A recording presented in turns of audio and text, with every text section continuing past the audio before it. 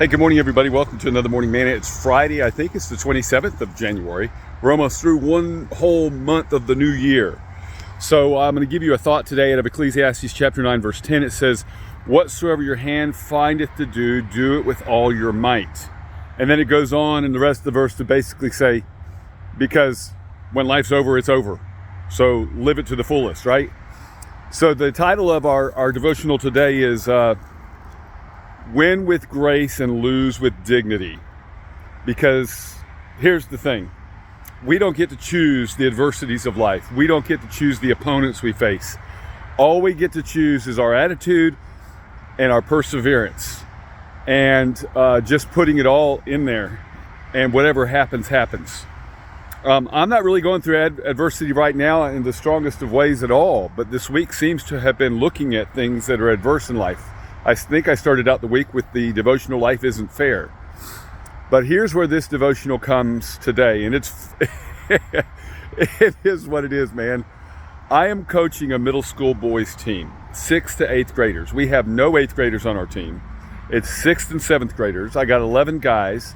And our biggest accomplishment was about the 3rd or 4th week of the practice year, because we practiced for a couple months before our first game.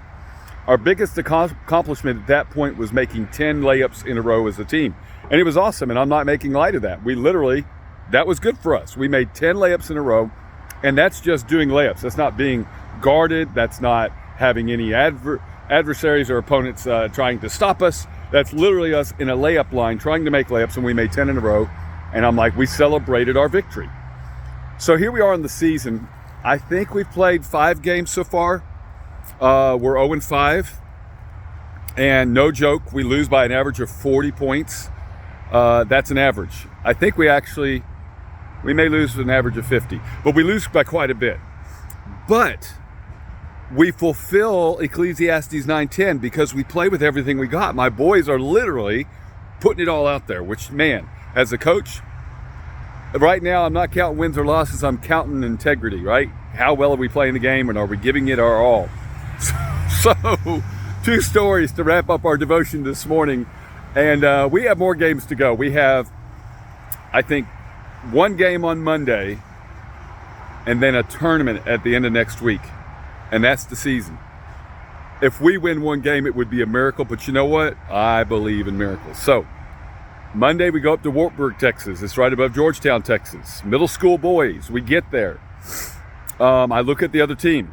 Can't really tell their talent because I've learned you can see people warm up, and one team may do okay and the other team looks amazing warming up, but whoever plays the hardest wins.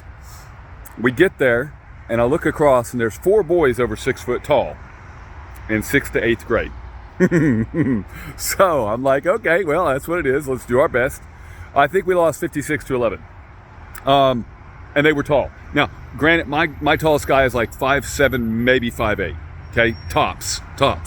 They had 4 over 6 foot. Literally, they were standing under the basket, the other team, and when the ball would miss, they would just put it right back in. I mean, there was no stopping them.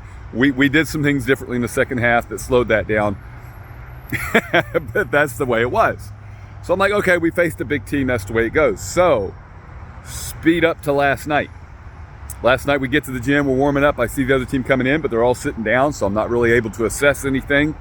I watch them warm up, but I'm really still not paying attention to them. I'm going through my own warm-up rituals and making sure we're on track and doing our little what we need to do to get ready.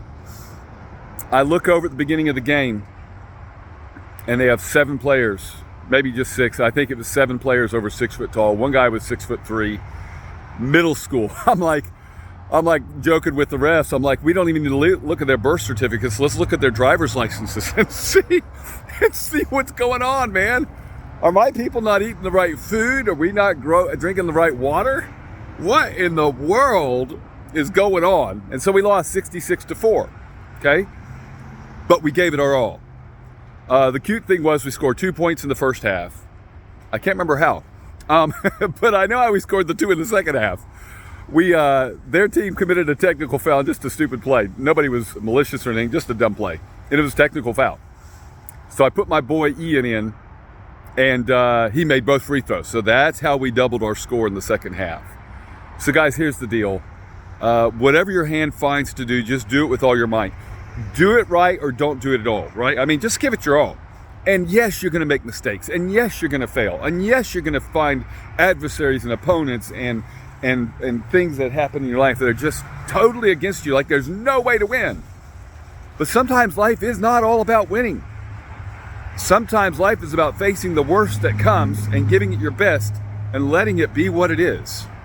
So again, let's all today practice and think about winning with grace, losing with dignity. How do you lose with dignity?